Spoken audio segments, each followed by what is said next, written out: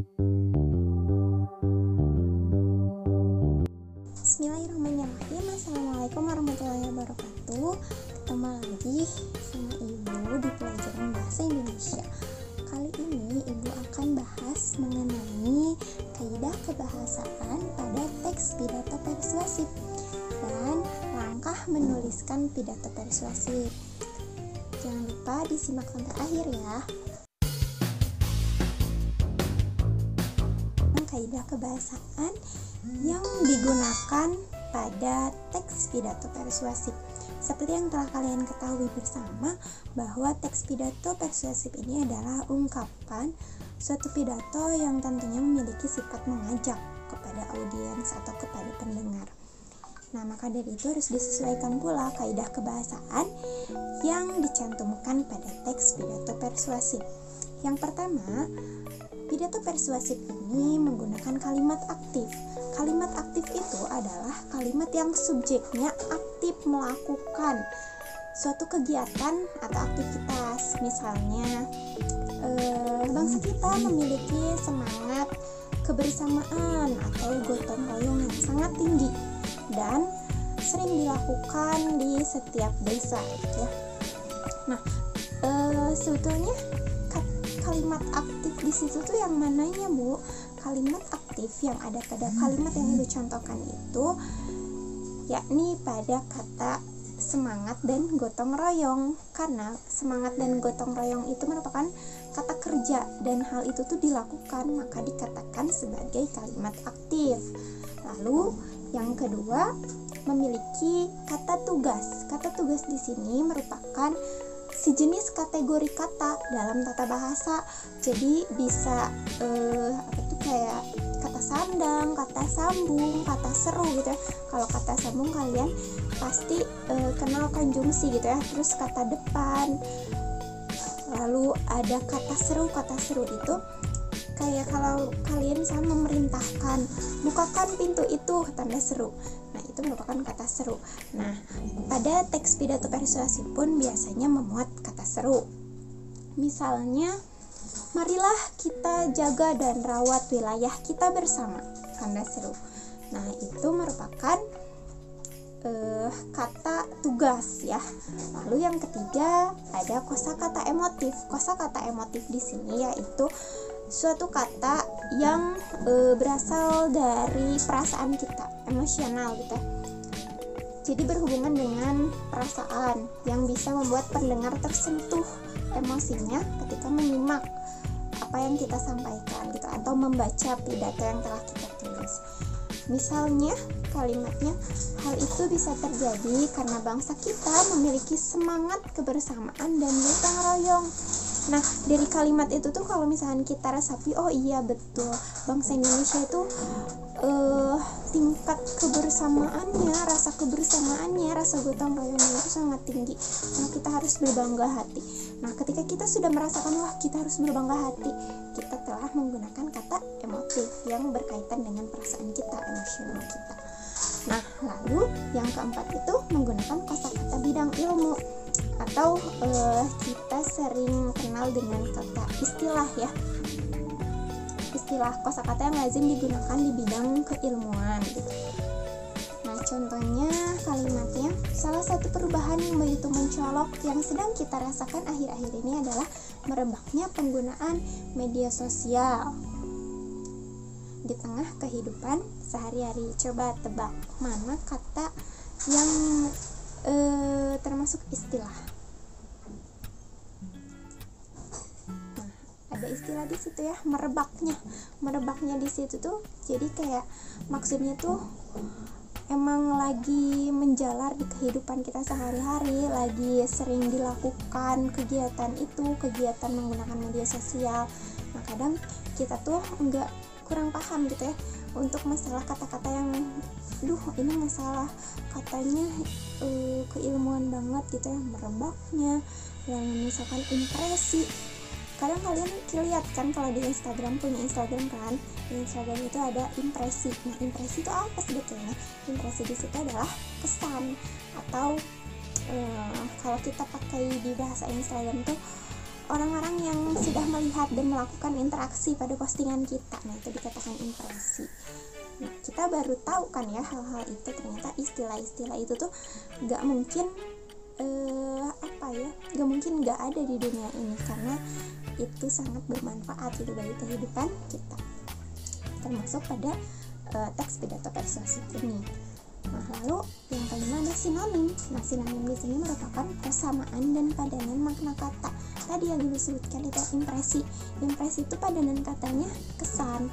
Terus earphone padanan katanya tuh lantang suara.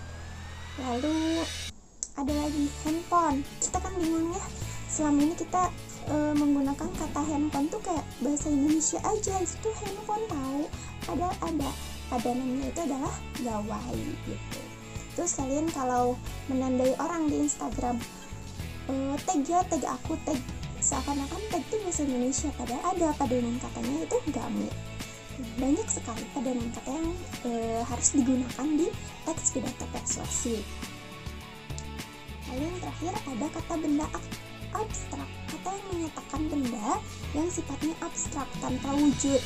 Jadi misalkan kata-katanya gini, kesetiakawanan sosial memang perlu kita jaga dan terapkan dalam kehidupan sehari-hari. Kata benda yang ada pada kalimat tersebut adalah kesetiakawanan.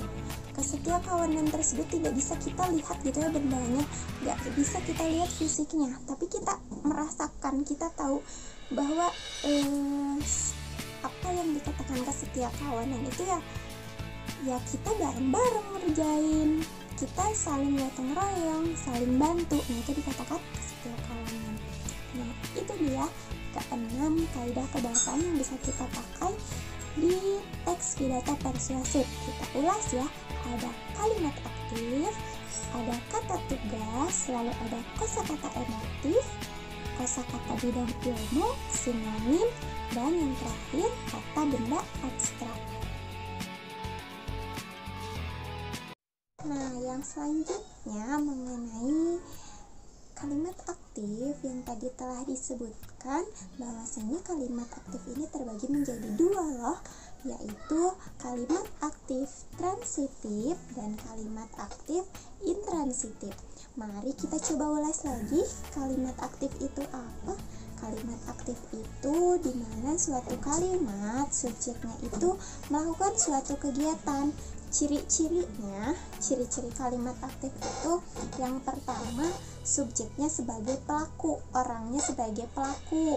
Lalu yang kedua, predikatnya berawalan me atau ber, kayak berjalan, memasak, menyanyi. Nah, itu suatu kalimat aktif. Nah, tapi ada juga kalimat aktif yang tidak perlu menggunakan imbuhan me dan ber, seperti saya pergi. Pergi tidak perlu menggunakan me dan ber. Masa jadi saya mau pergi? Tidak mungkin kan? Jadi kata pergi di situ dikatakan sebagai kata aktif, tetapi tidak perlu memiliki imbuhan me atau ber. Lalu kita masuk ke dua pembahasan kalimat aktif transitif dan intransitif. Jika kalimat aktif transitif itu adalah kalimat aktif yang predikatnya memerlukan objek. Predikat itu apa? Predikat itu adalah suatu hal yang sedang dikerjakan. Seperti contohnya saya menggunting kertas. Saya di situ adalah objek, mengguntingnya predikat sekaligus kata aktif, kertas di situ adalah objeknya. Maka dari itu kalimat transitif, aktif transitif ini predikatnya memiliki harus didampingi dengan objek. Tadi menggunting kertas, harus ada keterangan objeknya. Nah, lalu yang selanjutnya kalimat aktif intransitif. Nah, kalau kalimat aktif intransitif ini adalah kebalikan dari kalimat aktif transitif. Kalimat aktif intransitif ini tidak memerlukan objek. Nah, contohnya dia bernyanyi. Cukup sampai situ. Dia, subjeknya, bernyanyinya adalah hal yang sedang dilakukan atau kalimat aktif sekaligus predikatnya, tidak memerlukan objek.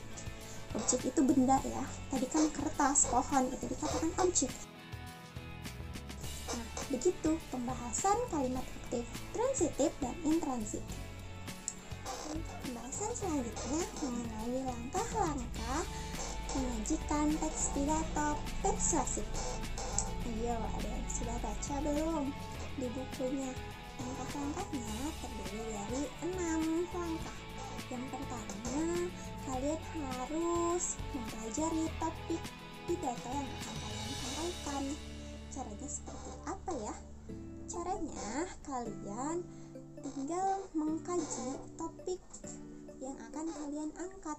Misalnya kalian mau angkat topik tentang pendidikan moral, atau enggak tentang pendidikan literasi di rumah, atau di sekolah, apapun itu, kalian boleh tuliskan terlebih dahulu. Aku mau bahas topik tentang kegiatan literasi di rumah, misalnya. Ibu contohkan kegiatan literasi di rumah. Itu adalah topiknya. Maka dari itu, ibu harus menyempatkan atau meluangkan satu waktu untuk membaca pembahasan tentang literasi dan literasi di rumah, literasi keluarga ya, kita kenalnya. Nah, kita cari tuh literatur, sumber-sumber yang memang dipercaya. Jangan sampai kita mencari literatur yang di blogspot gitu ya, yang belum tentu datanya itu sesuai, berupa fakta yang belum tentu seperti itu. Jadi kita usahakan cari di jurnal-jurnal, di Google Cendekia, biasanya itu memang lebih faktual gitu. Kita cari, jangan lupa harus rajin membaca, karena otak kita tuh kalau misalkan membaca makin banyak wawasan, ketika disampaikan makin ingat. Maka dari itu jangan sampai kita tidak membaca saat akan berbicara. Ibu saja berbicara di sini, ibu tuh membaca dulu, membaca seluruh materi, baru ibu sampaikan gitu. Nah, dengan ibu menyampaikan seperti ini, ibu akan terus mengingat materi yang telah ibu sampaikan gitu. Nah, terus langkah yang kedua, kalian pahami dan tentukan tujuan. Pahami topiknya. Tadi kan topiknya tentang literasi di rumah, literasi keluarga. Ibu harus memahami topiknya terlebih dahulu. Ibu pahami literasi itu apa, literasi keluarga itu apa, kenapa harus ada literasi keluarga, apa pentingnya literasi keluarga. Nanti jika kalian sudah paham, baru kalian bisa menentukan tujuan. Tujuan dari teks pidato persuasif saya tentang mengajak kegiatan literasi di rumah, supaya anak-anak memang betah di rumahnya berkegiatan literasi, bukan betah di rumah dengan bermain games, tapi berkegiatan literasi. Itu tujuannya. Nah, lalu yang ketiga, mengumpulkan data. Tadi yang sempat ibu singgung, yang pertama kita harus mencari data tentang topik yang akan kita angkat. Data di sini bisa berupa bukti nyata, atau bukti hasil penelitian, atau contoh-contoh yang memang telah kalian lakukan. Itu bisa dijadikan sebagai data di langkah pengumpulan data. Lalu yang keempat ada menyusun kerangka pidato. Karena kalian telah mengetahui struktur teks pidato persuasif, yakni pembukaan, isi pidato, dan penutup, maka kalian bisa menuliskan terlebih dahulu. Di pembukanya kalian mau ngomongin apa nih, misalkan mau ngomongin ucapan rasa syukur dulu, terus kalian singgung orientasi tentang topik yang akan kalian angkat. Isi pidatonya apa, dipoin-poinkan dulu tentang literasi keluarga, manfaatnya, misalkan itu isinya. Lalu penutupnya, harapan kalian apa, lalu ucapan terima kasih dan salam. Nah, itu bisa dijadikan kerangka dalam menulis teks pidato. Lalu yang kelima, pembahasan dan pengembangan dari kerangkanya tadi. Kalian tadi kan sudah mempoin-poinkan ya dari kerangka pidatonya. Nah, pada langkah kelima ini kalian bisa mengembangkan topik bahasan kalian. Mau diperlebar ke arah mana gitu ya literasinya. Apakah mau dibandingkan dengan literasi sekolah, hasilnya seperti apa, antara literasi sekolah dan literasi keluarga, itu boleh, kalian boleh kembangkan. Lalu yang terakhir, kalian harus memahami audiens. Yang keenam, kalian harus memahami audiens atau penyimak atau pendengar pidato kalian harus mempertimbangkan nanti siapa sih yang akan mendengarkan pidato dari saya ini.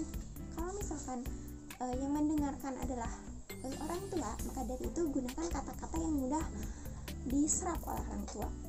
Terus kalau misalkan disampaikan pada orang-orang yang berilmu, cendekiawan, seimbangkan penggunaan istilah-istilah gitu, supaya apa yang kalian bicarakan itu tidak hanya nggak dianggap enteng gitu sama pendengar hingga pendengar nggak mau dengerin gitu. Jadi gunakanlah kata-kata yang memang sesuai kaidah, sesuai dengan apa yang telah ibu jelaskan sebelumnya. Nah, sekian 6 langkah dalam menulis teks pidato persuasif. Semoga pelajaran kita pada bab pidato persuasif ini dapat bermanfaat dan kalian bisa mengimplementasikan pada kehidupan sehari-hari. Tetap semangat, jaga kesehatan, dan tetap di rumah aja. Wassalamualaikum warahmatullahi wabarakatuh.